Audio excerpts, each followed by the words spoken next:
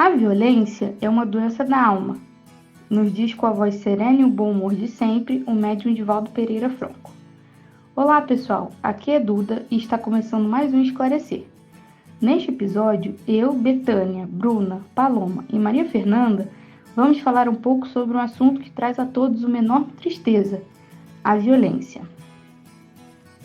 Você já parou para pensar que, ainda que nos consideremos boas pessoas, com grande tendência para o amor e a paz, os games e filmes violentos ainda fazem parte do nosso entretenimento? A doutrina espírita oferece uma solução para a violência: a educação. Não apenas a educação acadêmica, mas a educação moral, formando, por consequência, uma sociedade mais justa e altruísta. É o Amai-vos e Instruí-vos, recomendado pelo Espírito de Verdade. O Evangelho de Jesus é um dos grandes antídotos para a violência. Richard Simonetti, escritor espírita, nos lembra que, quando o tema violência deixar de ser um problema policial e se transformar em questão de disciplina do próprio indivíduo, e quando a paz for produto não da imposição das leis humanas, mas da observação coletiva das leis divinas, então viveremos num mundo melhor. Na questão 742, Kardec pergunta qual é a causa que leva o homem à guerra. E os espíritos responderam: predominância da natureza animal sobre a natureza espiritual e satisfação das paixões. No estado de barbárie, os povos só conhecem o direito do mais forte. Daí porque, para eles, a guerra é um estado normal.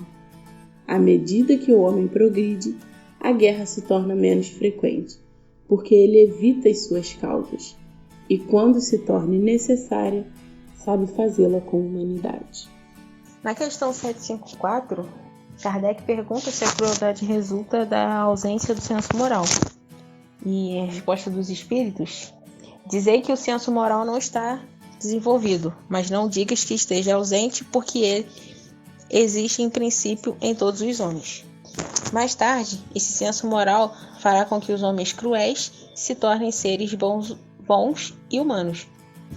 O senso moral, portanto, existe no selvagem, mas nele está como princípio do perfume no germe da flor, que ainda não desabrochou. Todas as faculdades existem no homem em estado de rudimentar ou latente. Elas se desenvolvem conforme as circunstâncias lhe estejam mais ou menos favoráveis. O desenvolvimento de umas interrompe ou neutraliza o de outras. A superexcitação dos instintos materiais abafa, por assim dizer, o senso moral, como o desenvolvimento do senso moral enfraquece pouco a pouco as faculdades puramente animais. E respondendo àquela pergunta do início do episódio, por que ainda procuramos jogos e séries violentos para o nosso divertimento? É porque os instintos primitivos ainda prevalecem em nós, e quando jogamos ou assistimos os filmes, entramos em uma sintonia vibratória com outras mentes, encarnadas ou desencarnadas. Teremos, portanto, as companhias espirituais que se ajustam àquilo que somos e fazemos automaticamente.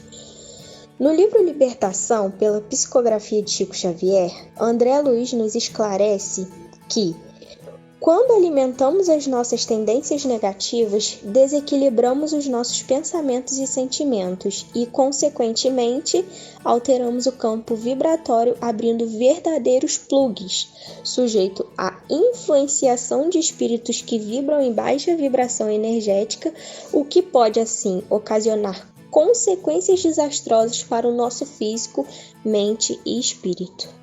Então, pessoal, é questão de escolha, questão de mudança de gostos, de atitude e de comportamento.